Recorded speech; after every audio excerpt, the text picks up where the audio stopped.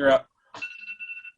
Ladies and gentlemen of the Twin Tiers, I'm your PhD of politics, Dr. Stephen Coleman, and this is the 23rd Political Pundit Night, exclusively on mytwintiers.com. And we have an exciting subject tonight, political chaos in America. That can go from protests to civil disobedience to violence, and there's a lot to talk about when we talk about political chaos in America. And we have two distinguished panels. One panel will be from 7 to 8 and the other from 8 to 9. The 7 to 8 panel coming up, they're here now, folks, 7 to 8 panel. Georgia Verdier, Tom Santulli, Nick Weinstein, Joe Sempolinsky, Deborah Lynch, and Sheriff Schramm. That's from 7 to 8 on the Political Pundit Night, number 23. Panel 2 is from 8 to 9, and we have another group of distinguished experts and pundits from 8 to 9 this evening on Political Pundit Night number 23. Now, in terms of a Political Pundit Night, we have a invocation and a benediction. The invocation will be given by the Reverend Lori Thornton, pastor of the Friendship Baptist Church in Corning. So, Reverend Thornton, time now for the number 23 Political Pundit Night invocation.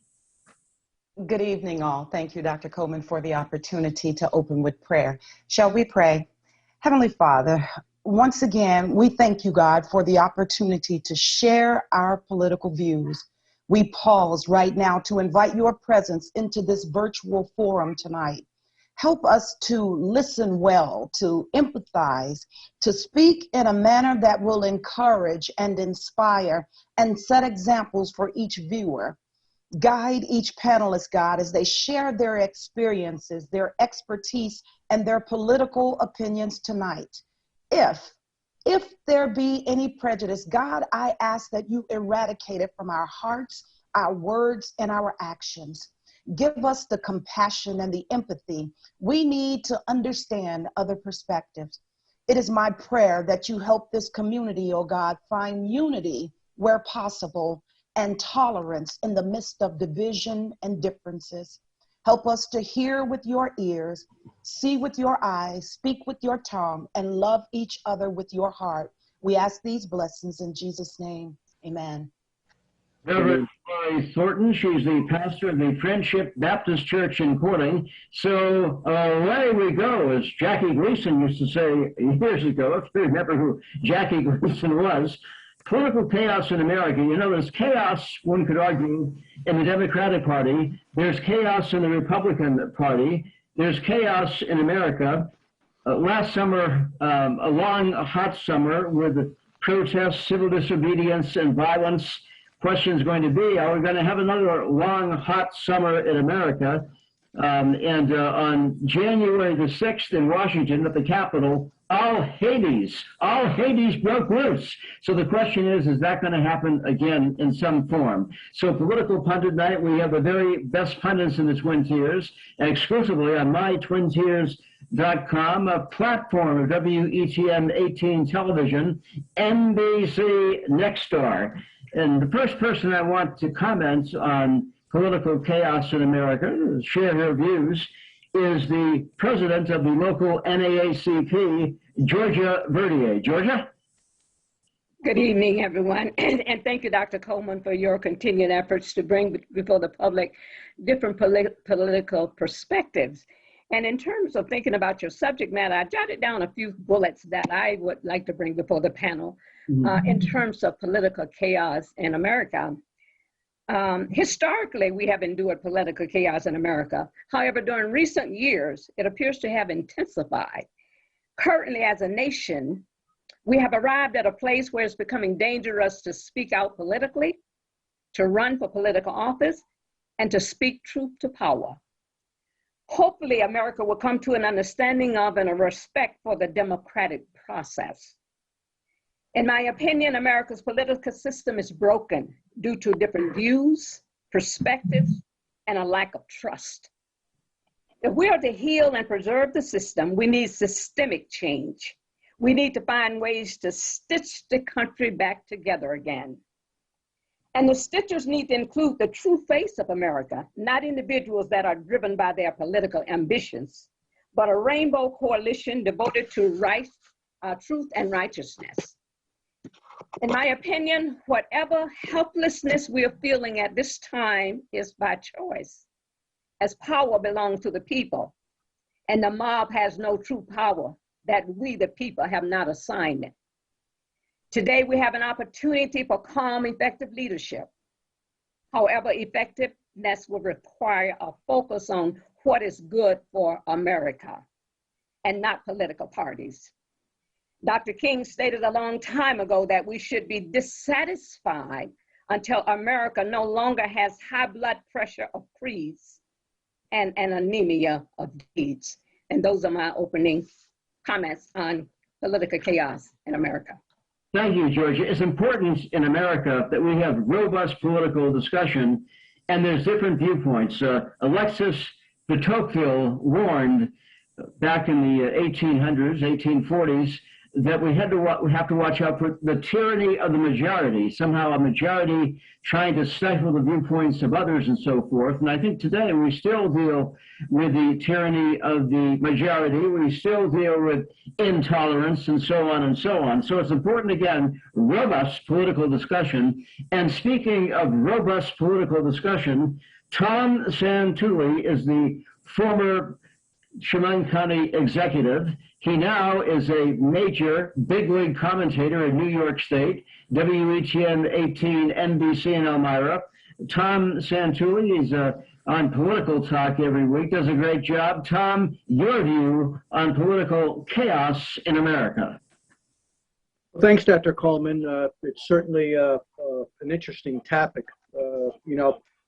Listening to Georgia talk, she made a lot of points. That the problem right now, as I see it, there is a chance of in my opinion, a hot summer. That there will be disruption. Unfortunately, politics, in my opinion, has become a very nasty business. It used to be a business where people could disagree but still be friends. Mm-hmm. But I'm sure that there are people in politics that are still friends. But there's also a lot of things that are said that I find hurtful, things that are said because people have no care about other people's feelings. I mean, I think disagreement is great, and I really believe that. I think this country wouldn't be as great as it is if there wasn't disagreement over issues. But, the problem that's developed in the politics, and it's been here for quite a while now, I think is a side of nastiness. Mm-hmm. It's either my way or no way. And the world just can't work like that. Politics can't work like that. Families can't work like that. You can't work like that in the workplace.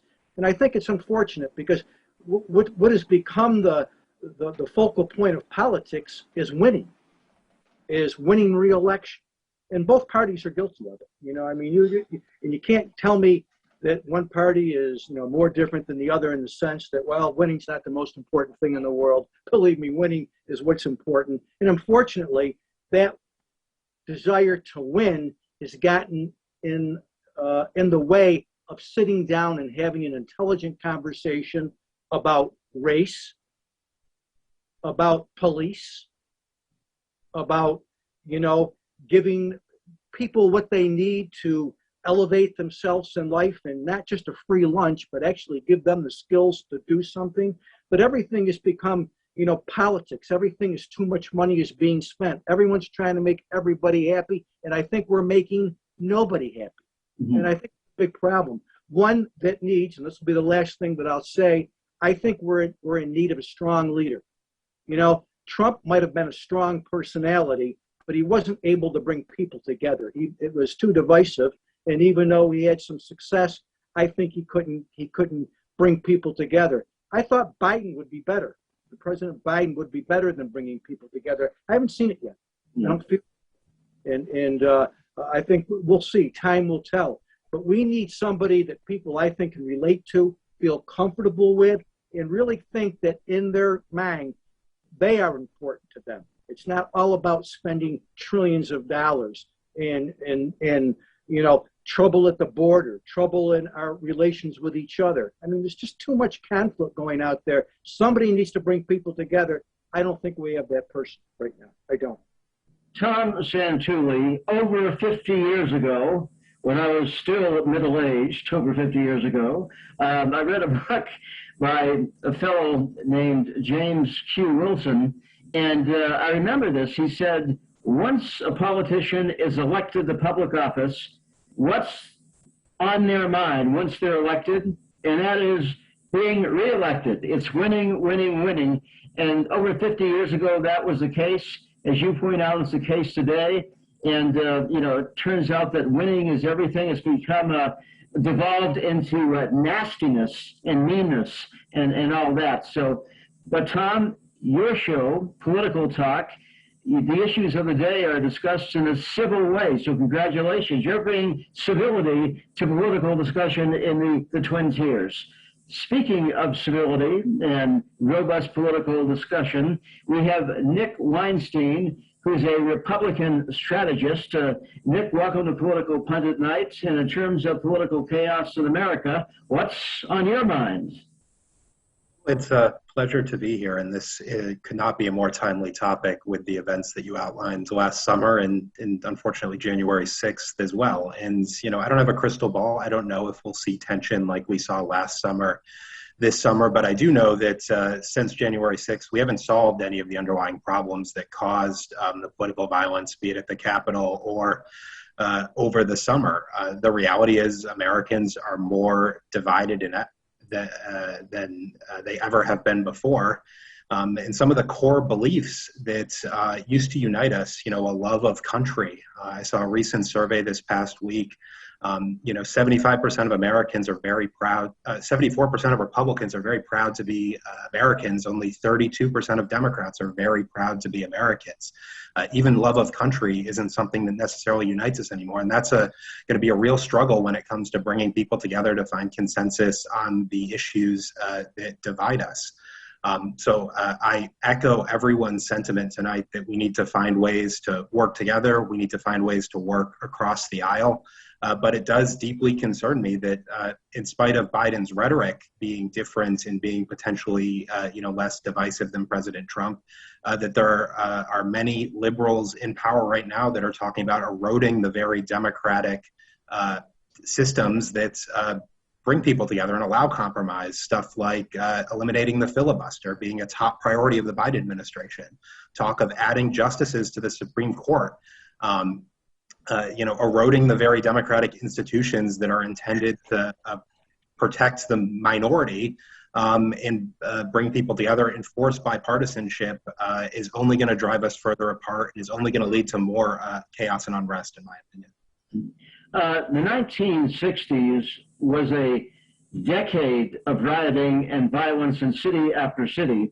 There was a commission, the National Advisory Commission on Civil Disorders, and it mentioned the violence and the rioting, and it said, the country is moving in two directions. One is for white America, the other is for black America, and it got a lot of publicity and a lot of coverage, this commission on civil disorders, and it did lead, by the way, the rioting did lead to some constructive things.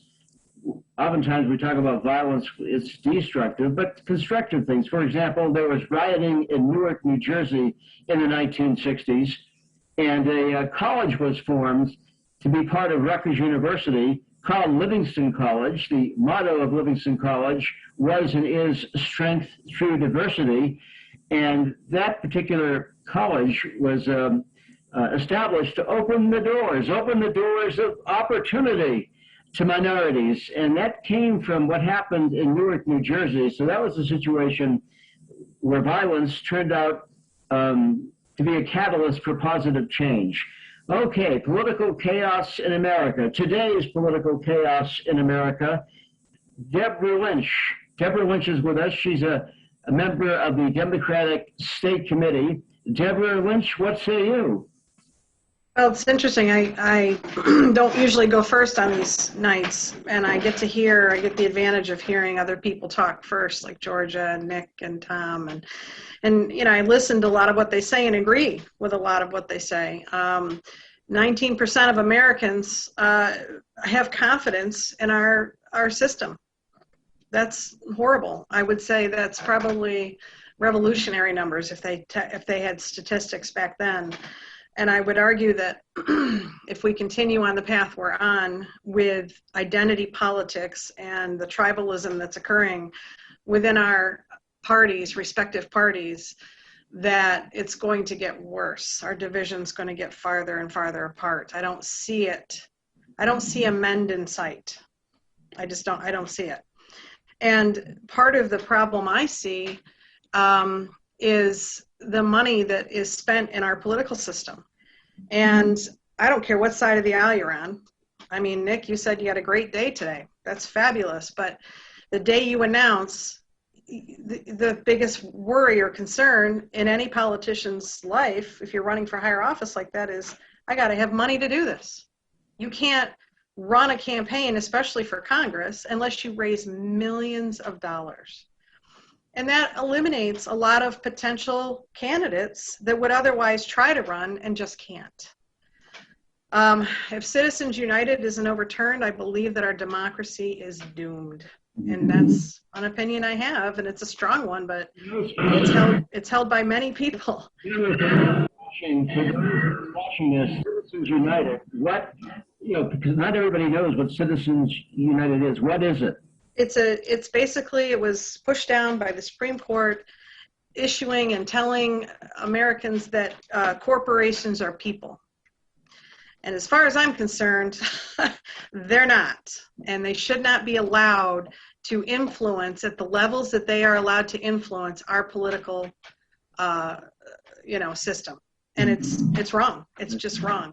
Everybody should be capped at a certain amount, and I don't care what level you're donating to, it should be capped. Well, corporates have been treated like people. The Trump organization, the organization was indicted, and so indicting an organization, some people find that real strange, but for years, corporations have been treated like people. Now, talking about money and running for Congress and all of that, today, Joe Sempolinski announced he was running for Congress.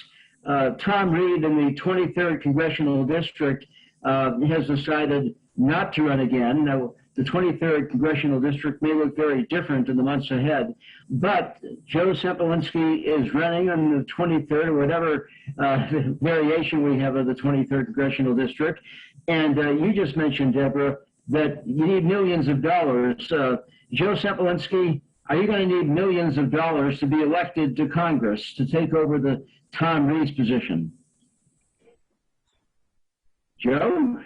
Well, fundraising is obviously a big part of it, and we were talking about it earlier. If Deborah would like to make a donation, I'd be happy to have it. But it is a big part of the process. And I don't know if it's going to be, I'm going to need millions to be competitive, but we're going to need a significant amount of money. But regarding political chaos, I do want to remind folks that democracy is messy. It's supposed to be, to some degree, messy, because we're going to have everybody's opinions heard. We're going to have input from all sectors of society. Now, we have to have a total denunciation of violence. There is no place for violence in a robust democratic society. We have to come together and make our opinions known, make our thoughts known vigorously, aggressively, thoughtfully, but there can be no place for violence. And I think we are looking at this chaos that we do see in the streets last summer and subsequently. In the context of the pandemic, we have had a society that people have been locked down for months, in many cases leading into this, and that affects people in the way they look at the world. It affects them psychologically. It affects their lives. They feel things are beyond their control in a very tangible way.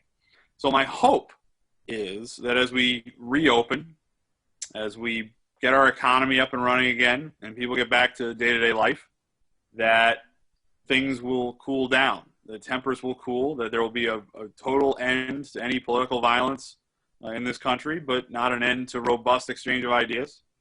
And I think we need to remember that our Constitution is well designed. You know, I have a great faith in the institutions that have been put in place by our founders, and we've dealt with problems before in this country. We've dealt with serious problems in this country. And in this case, I hope things are not quite as bad as they seem. But we also can't just be Pollyannish and say that, you know, things will fix themselves.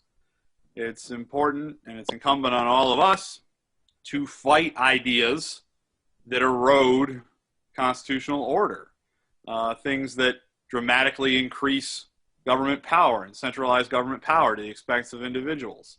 Some of the things Nick was talking about, where you're taking away the rights of minority opinions by perhaps getting rid of the filibuster, perhaps packing the Supreme Court, which are ideas that have been put forward in recent times. And we also have to make sure there is a love for our institutions, a love for our country, a love for each other, a love for our society and our fellow human beings as a whole, and that we express our ideas with a robust respect for freedom of speech. If we work on supporting these pillars of our constitutional order, my hope is, as life returns to normal, our politics will return to somewhat to normal, where they are vigorous but friendly and nonviolent. Joe, I'm against political violence. I'm against political violence, but how do you square that with the American Revolution? That was a violent uprising, correct? Was that justified violence, in your opinion? Yeah, I'm not saying that there aren't situations where, you know, we look to our revolutionary forefathers and the example they put forward. But remember, they were rebelling against a monarchy. They were rebelling against a system of government that was set up where they did not have representation in even the parliament that had been put in place at the time. So that's not the situation in the United States of America in 2021. We have elections. We have robust debate. We don't have a king. We have freedom of speech. And if we maintain those things, there's certainly no call in a modern constitutional republic for resorting to violence. We have so many other options available to us to make our political will known and our political opinions known. Well, I think you're correct. I think that's a very good answer to my question and what I posed to you, Congressman Joe Semplewinski. Perhaps it's interesting that you used today to announce your candidacy for Congress the same day as Political Pundit Night number 23, exclusively on mytwintears.com, NBC in Elmira. Now, Sheriff Schramm is the sheriff of Chemung County, and Sheriff, I'd like you to talk about political chaos. We did have, by the way, some protesting. We had it in Chemung County and a number of other areas this past summer. Peaceful protest. Sheriff, political chaos in America, your view on that? Well, thanks, Dr. Coleman, for the invite. I've quickly learned that because this is my first time on here, I go last, so I understand the pecking order is established very early on, so I respect my position in this discussion. But it is a great topic. I think one of the things that you said very early on with regard to the chaos between the parties, it really has a significant trickle-down effect. And certainly from a law enforcement perspective, we've seen it in the manner in which certain legislation and laws have been passed. It seems that these laws have been geared more to benefit the criminals as opposed to the victims of a lot of these crimes. And it's very unfair, in my opinion, on a lot of levels. And, you know, we see the fallout of that. And, you know, we work really hard to try to deal with what we are forced to deal with as best we can. So, you know, you talk about a hot summer. Does it certainly have the potential for that? Absolutely. We still see dissension. We see strife between parties, between people's viewpoints. I know that there's a rally planned for July 3rd within our area. It is mostly of patriotic backdrop. However, I think it's going to fall in the lines of some significant people who had supported Trump and are still waving that flag, so to speak. But we're getting calls for people who just hear about that because they're automatically assuming that there's going to be problems. These people are going to be causing damage to certain areas and some other problems that they want us to be aware of and intervene on. You do the best that you can to deal with what you can. We prepare the best we can to forecast any potential problems. I think from our perspective, we might not be able to control some of this legislation that came down. We'll deal with it, the way we have to. So we focus on the collaboration and cooperation between the agencies, continually communicating with one another. Last year, myself, Chief Kane, Deputy Chief Alvarez, several members of the our police department participated in the march that they had, the very peaceful march.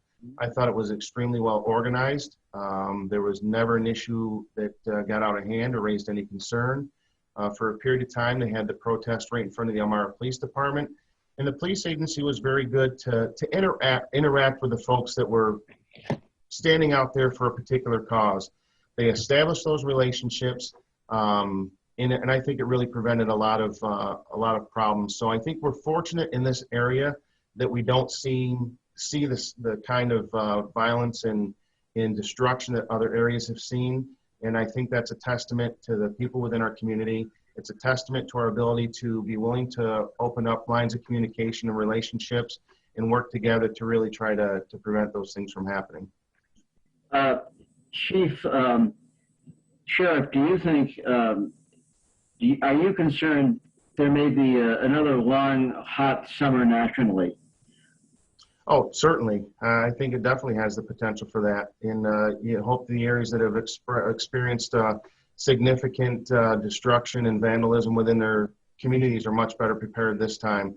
It's very frustrating to see a law enforcement agency or a mayor or a governor posture in a manner where they tell their law enforcement to step back, stand down, and let people run wild. I think it sends a very wrong message, and I hope they're much differently prepared to handle those. Yeah, Bill, talking about politicians and chaos, and you're right, sometimes what happens is what politicians do in public office trickles down and causes chaos. Look at bail reform in the state of New York. Someone, commits a crime, they're on the streets.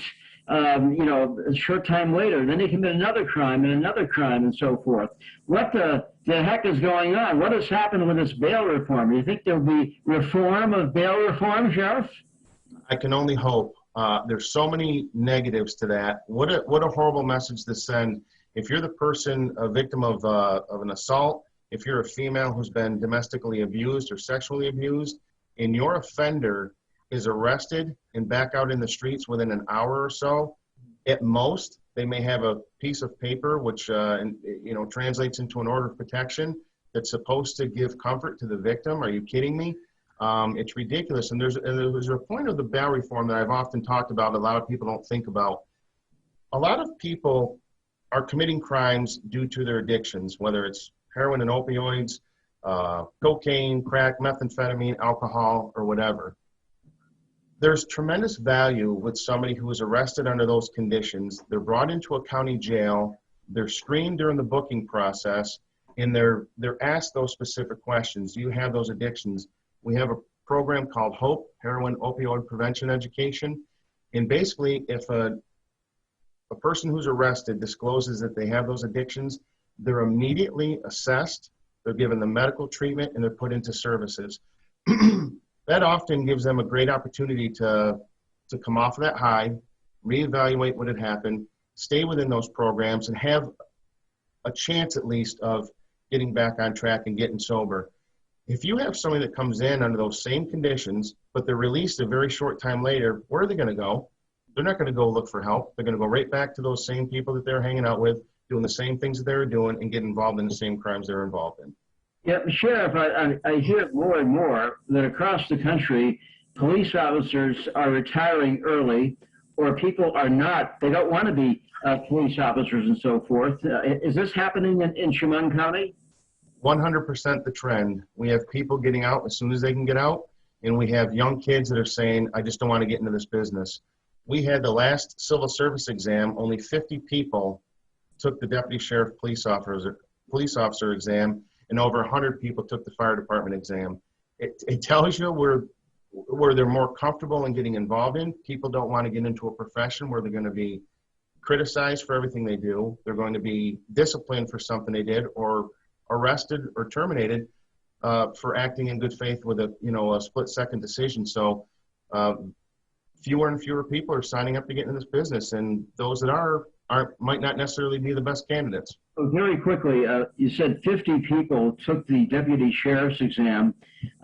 Looking back, how many normally have taken the exam in the past? Geez, I mean, I'm going back, just a few years, and you might have over 100 people taking that exam. And there's a lot of things that can eliminate you from the process, through your physical fitness test, your background and those things. But it's so important to have a big pool to begin with, and we just don't have that. It seems like a lot of folks want to become members of the fire department. One thing, by the way, and I'm going to move on in a second and go back to the panelists and get their viewpoints, but there's a bill before in Congress, the George Floyd police reform bill. It's passed the House a couple of times. It's gone really nowhere in the Senate. Your view on police reform and any viewpoints on this bill, which in fact does away with conditional immunity for police officers? Yeah, so I don't think law enforcement is opposed to reform. I think there's some great proposed reform out there. I think you're seeing a huge push, for example, in body cameras. We've had body cameras at the sheriff's office for many years now. We started it with the road patrol. I was a big advocate to push the former sheriff to incorporate those body cameras into the jail. I just saw tremendous value in that. I think it keeps the officers in check. It keeps the people they're interacting with in check. And for a prime example, we used to get numerous, maybe I shouldn't use the word numerous, we used to get our share of grievances filed by inmates against officers that would say that they're having excessive force used against them. We implement the body cameras. Those complaints have literally gone away completely. It tells me one of two things. The officers changed their behavior, or the inmates knew that they couldn't make up stories about the officers. I'd like to think it's the latter, but regardless, we know that there's a change based on that implementation of that particular equipment. So there is tremendous value in that. They're really pushing for accreditation for agencies throughout the state and the country. And that's an awesome achievement to have. So there's definitely pluses to reform. Okay, Sheriff Schramm, thank you for your comments. Why don't I go back to the panelists? George Verdier, if my memory serves me correctly, as a young middle-aged man, if my memory serves me correctly, you were on some sort of a committee or task force looking into police reform in this region. Is that true? And what happened with that? Yes, I was on both Chemung and Steuben County Police Reform and Reinvention Committees. We worked through that. We had some problematic and difficult conversations, but we got through it and we got some things done. And I think we did a fine job. It was a beginning. It was I always think that you have to have a floor plan and then you build on that. And I believe we did well with that. But in addition to that, in Chemung County, we have not stopped. We finished that committee, but we still have a committee going where we are addressing issues and concerns. And I'm going to deviate just a minute to Sheriff Schramm. We had a meeting with Senator O'Mara a couple of days ago on terms of the civil service exam and the civil service law, because we heard that they were having difficulty recruiting candidates for the police department and other entities. And we know that there are some barriers there. There are many things you have to bring to the table to be an officer, but what we found that the civil service exam limits you to the top 3 candidates. And what we found as being a civil servant for many years and dealing with the civil service exams, many times you have good test takers, but not good people for the job. And so we're looking at if we could get a pass-fail type test, and then all those other requirements that a person must bring to the table, we will be in there too. But we know that sometimes the top three are not even, maybe not that interested in being on the force, but they took the test and they got 100 and they got in there, and mentally, physically, and emotionally, they're not fit to be there. And I think that's what has caused some problems in some of these areas. And we're hoping for the best candidates we can get, and not limited to any special group, but the best candidates you can get. So we're working on change in that arena, because we would like to see, we know we need police forces across America. As I said a couple of days ago, we would have chaos without them, but we need the best forces we can get. And yes, there are going to be some mistakes made, but if we can put good candidates, good people in place, I believe they will do good things. Georgia, would you say that police recruitment, the recruitment of police officers, has drawn some bad apples and those that are unfit to be police officers, in your opinion? Yes, because many times you might be a good test taker, but not make a good police officer. But if you're the top, you score 100, or you're in the top 3 and you get selected, you're in. If you can do the physical parts and all of that kind of thing, which, but the test is one major thing. It eliminates a lot of good people, because you might have 50 people on there and they pass the test, but they don't score high enough ever to be reached, and they might be better. And the reason I say that, I worked for the state, and we had a test where it didn't even relate to what the people were doing. So we wrote to civil service and said, this test is meaningless for the people doing the work. So they said, okay, tell us what you're doing and rewrite the test. We rewrote the test, and they took it, and that's what we used.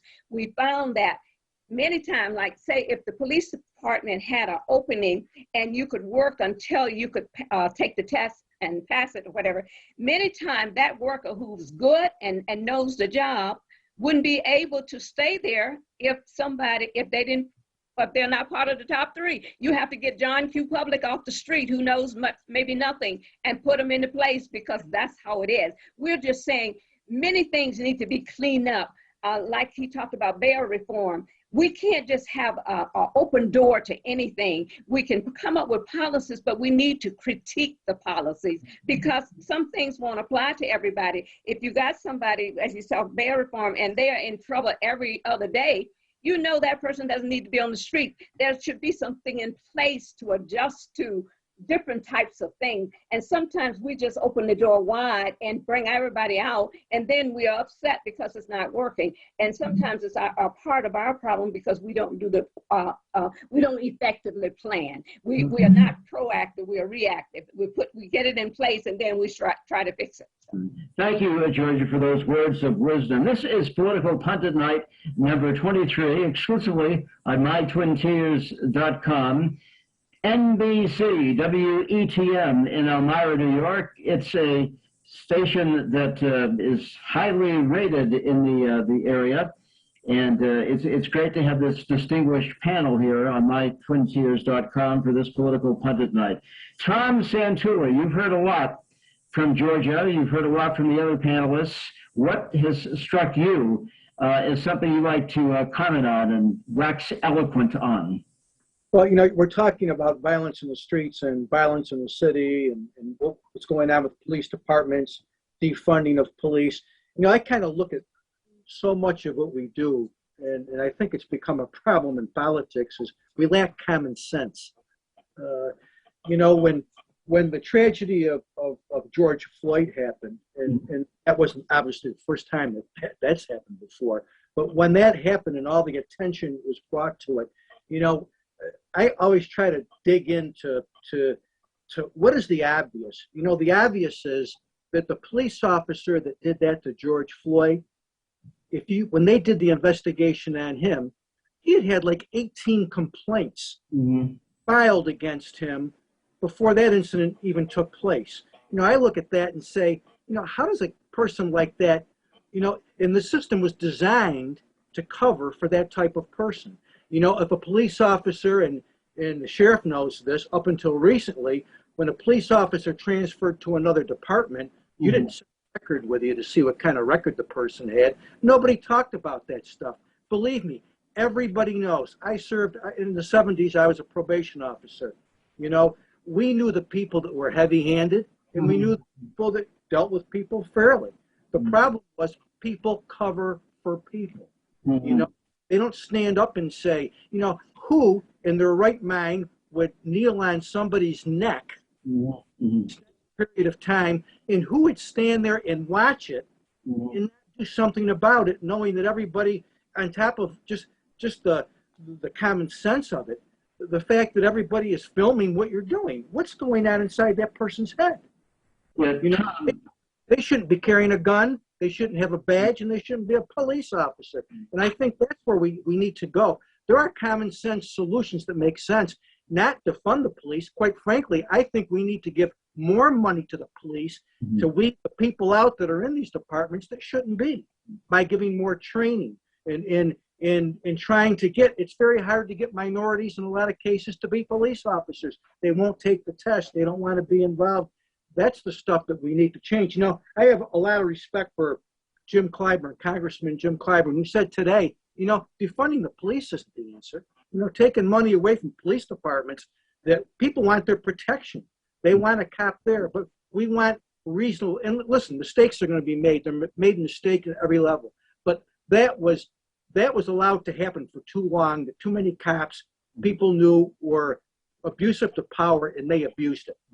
A lot of police officers do good work. They see their position as serving the public, but there are those that are out of control. And years ago, I studied a police department outside of Boston, and I ended up writing academic journal articles and published a book. And I found that most of the cops were very positive people, but there were those, I called them the warriors.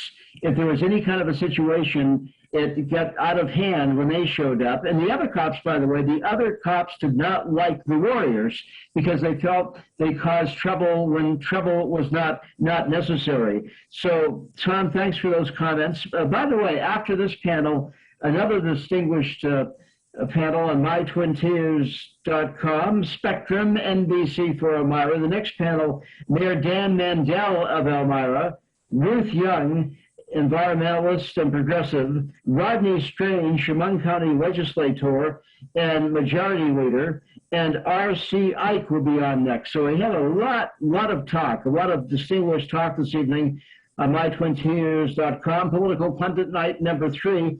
I want to go back at this point to Joe Sempolinski, who's running for Congress. Joe, you've heard a number of ideas. Anything particularly that has grabbed you this evening? Well, where you started out this section of the panel, you did talk about qualified immunity for police officers. I think they need to have qualified immunity. Taking that away from them would be counterproductive. When a police officer is responding to a situation, I want them to be focused on the situation at hand, handling it professionally, responsibly, justly, but not worried about, oh, am I going to get sued because of how I handle a particular situation? That becomes their focus. So by and large, most police officers, and like you said, and as all the panelists have said, regardless of position, there are bad apples. But most police officers are there trying to do the right thing. And frankly, dealing with situations that the rest of us don't have to deal with. So things that are on the line of more transparency, where we find out if somebody has multiple complaints against them when they're transferring departments, where we have body cams, because that protects that protects everybody. When you have the data there, protects the victims of crime, protects the people that are being accused of committing a crime, protects police officers. So things that increase transparency, I think, are only going to help law enforcement. But there is this push from some members of the far left to open up police officers to liability when they're doing their job, to defund police, to get rid of police departments. We need to strengthen and increase transparency in our police not take away their resources, not make things harder for them to do their job. And we see the results in some of the largest cities in America over the last few months, where the rate of violent crime has dramatically increased. And I think that is going to be one of the major issues in 2022 at all levels of government. Whether you are a Republican or a Democrat or an independent, no matter what your gender or racial background, the first thing you get up in the morning and care about is the safety and security of your family, safety and security of your kids. And making sure that we live in safe cities and safe communities is going to be important. Yeah, so candidate for Congress, Joe Sempolinski, qualified immunity. There's a lot of folks watching this that might not know what qualified immunity is. Could you give a simple definition of qualified immunity? Yeah, when they're responding, if they're following the procedures and we're dealing with a civil matter, not a criminal matter, they can't be sued as an individual. They are protected because they're doing their job. That is something that is important when you're trying to have a police officer be effective. But it also can protect, qualified immunity can also protect rogue officers from being sued through the doctrine and the practice of this qualified immunity, correct? Am I wrong? Well, if you have a particular protection, certainly any protection can be abused. That's why I said we need to have transparency. We need to have the ability for folks to weed out bad apples. But you don't take away the things that are protecting good officers in an effort to get to bad officers. You make things easier for good officers. You increase their ability to do their job. You keep their funding. You keep these legal protections they have while making sure you hold bad officers accountable. Deborah Lynch, I want to get your take on qualified immunity for police officers. There are lots of folks that want to get rid of qualified immunity for cops. What do you think, Deborah Lynch? Well, what I think is I'm a professional. I work as an insurance agent, and there's lawyers, there's doctors. We all have what's called errors and omissions insurance to protect us if we make a mistake. And we don't have qualified immunity from making a mistake. So if an officer in good faith has made a mistake and it's not something intentional, let them have insurance to protect themselves. I'm sorry, but giving somebody just a blanket immunity it doesn't make it fair for them to do their job appropriately, in my opinion. Well, And a lot of things that I've heard, like, for instance, the bail reform, the whole reason bail reform was put forward to begin with is because we had the biggest case that was constantly cited during bail reform was the 16-year-old child of color in New York City who allegedly stole a backpack and got sent to Rikers Island for 3 years because he couldn't make bail. When he finally came out, he committed suicide. So my problem with overturning bail reform is that we have people that commit crimes that are wealthy. They can cover bail, they get out. So how do you handle wealth, differences for people that commit crimes and then can't afford the bail?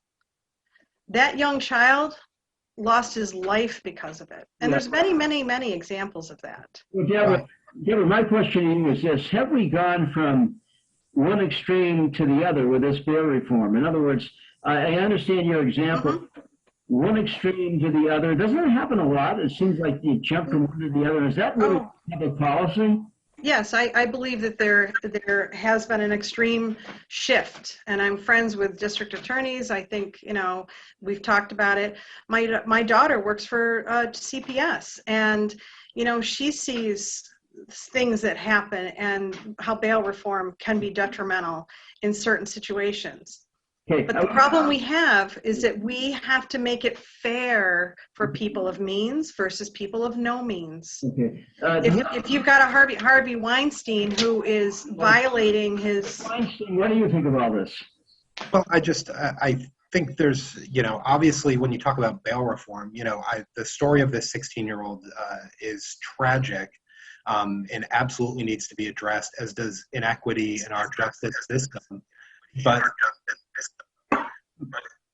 there is a fundamental breakdown when you have someone who's been arrested 75 times for violent offenses and for burglaries being released day after day, burglary after burglary. That's just completely unacceptable. And I also take offense to the idea that qualified immunity is somehow an issue for law enforcement, because it's not law enforcement specific. Basically, every government employee has some type of qualified immunity, because when you work for the government is empowering you as an agent of the government to go out and do your job in the same way that you, if in the course of your business as an insurance agent made a mistake, you would be covered by your insurance policy as an insurance agent. A police officer is covered by the police department for any sort of civil complaint that would come by virtue of them following a policy. So I think we're talking about potentially rolling back a protection for one specific type of government employee. If you want to talk about rolling back that type of immunity, let's roll it back for teachers. Let's roll it back for all government workers and treat everyone the same way. Because we certainly know from stories across the country that there's misconduct in government everywhere. And I just don't understand why we're specifically focusing on law enforcement, a very high risk type of job where decisions have to be made in a very split-second type of way to roll back these type of protections. I think it's a big mistake. Sheriff Schramm, we've been hearing a lot about qualified immunity and so on. What's on your mind? What do you think about this, Sheriff? So I think Joe pointed out one thing very poignant about that particular proposal, and that is when an officer goes to a call and they start second guessing themselves or they hesitate, it's going to cause them to get hurt or killed, or it's going to cause somebody else to get hurt or killed, because their focus is, boy, if I take this action, what could possibly happen to me? And while they're thinking of it, it's too late. Somebody else has already reacted against them. I think it's very, very dangerous. If you use the analogy of a judge, they have absolute immunity.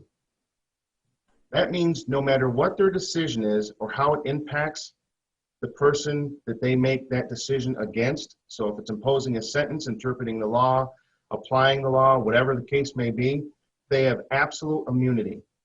That is a person who is in a position to digest what's being told to them, evaluate it. They may have even reserved decision before they handed it down. And even if it has a negative impact, they're completely and totally absolved from any liability against them. And that's not a split-second decision. I think that's a very important analogy. And one comment on the bail reform.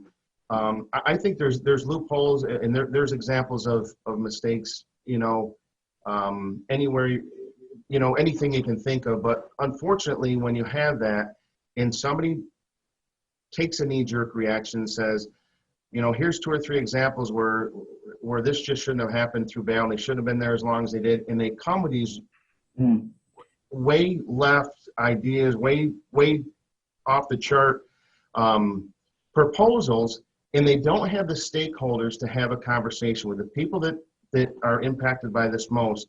If somebody gets put in jail and they don't have the means to bail out, and that's a very valid argument, there's things such as Project for Bail.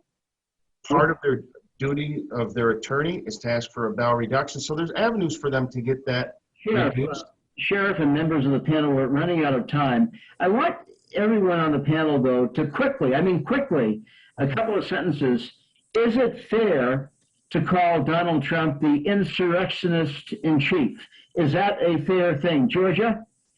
Donald Trump, insurrectionist in chief, is that fair? Very quickly. I don't know what to call him, so I refuse to call him anything. Okay. Tom Santulli, insurrectionist in chief, Donald Trump, your viewpoint. I said it when I started. I am so sick of labels and all this stuff. I'm just tired of it all. I've got no comment. Okay. How about Nick Weinstein? Is that fair? He's been called that quite a bit. No. Unfair. Okay. Appreciate your answer. Very succinct. Joe Sepolinski, do you think that's a fair characterization of Donald Trump as insurrectionist in chief? No, I do not think that's a fair characterization. Okay. Deborah Lynch. I don't like labels either, but he literally said, "I'll meet you at the Capitol." So I don't know. You explain to me what that means. Well, I guess I'm asking you, do you think he sparked that insurrection in Washington? I know Nancy Pelosi thinks so. I don't always agree with Nancy Pelosi either, so I can't go down that road. You see the shirt I'm wearing, so it's Bernie wearing his mittens. I'm kind of like Georgia. I don't really. Donald Trump is. I don't know. I don't know if it's a fair label, but I do believe that he knew what they were going to go do. So. Okay. Yes. And Bill Schramm, that label that's attributed to Donald Trump. What's your view on that? I think my mute button just came on. It's not working. I can't hear you. I'm just kidding. That's a joke. So I don't know that I'm comfortable answering it to put a label on him. And one of the things I said, and I'm not minimizing anything by any means, you had an incident, a absolutely inexcusable, unfortunate incident that lasted 3.5 hours, and it was luckily quickly resolved. I guess I would point to a lot of these riots that went on for days and days and days and billions of dollars and people hurt and killed and damaged in other people sending a message not to intervene and do anything. So I think you're going to have labels. You got to spread that around fairly to a lot of different people, not just one person. Okay, thank you, Sheriff. Political Pundit Night number 23. We have Georgia Verdier, we have Tom Santulli, Nick Weinstein, Joe Sepolinski, Deborah Lynch, and Sheriff Bill Schramm. Now, coming up, we have another panel, and the panel will include Dennis Kingsley, Ken Miller, Dan Mandel, the mayor, Ruth Young, Rodney Strange, and R.C. Ike. And so we're going to be segueing to the new panel. The new panel will be on from 8 to 9. People have asked me about when the next Political Pundit Night will be, and we'll be having the next political night, ladies and gentlemen of the Twin Tiers and beyond. It's going to be a Thursday night, 24th Political Pundit Night, Thursday night, August the 26th, and the 25th Political Pundit Night will be on Thursday night, October the 28th. So a couple of more Political Pundit Nights are on tap. I appreciate the panelists and their viewpoints and opinions. We have a few minutes left. It's 7:57 for this panel. Does anybody have a closing remark? How about the candidate for Congress, Joe Sepolinski? You're a candidate for Congress now. Closing remark on all this. Well, I hope everybody votes for me now that I can say that as a candidate. But I want to say to Dr. Coleman and to everybody on the panel, all the folks on the panel, this is a great service to the community. That's why I continue to come back and participate. There are not a lot of forums where you have Republicans, Democrats, people from different backgrounds engaging in rhetoric that is thoughtful and talking about the issues in a responsible way. We need more of that in our country. So thank you very much. Well, I appreciate Joe. Good luck, by the way, in terms of your run for Congress.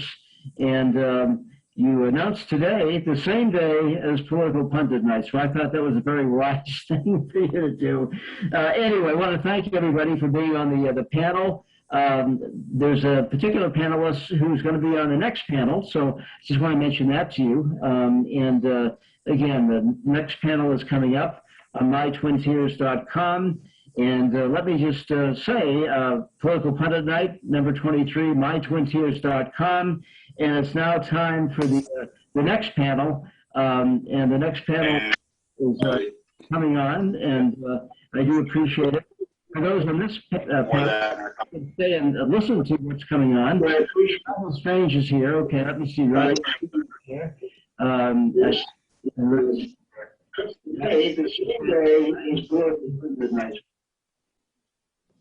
Okay, so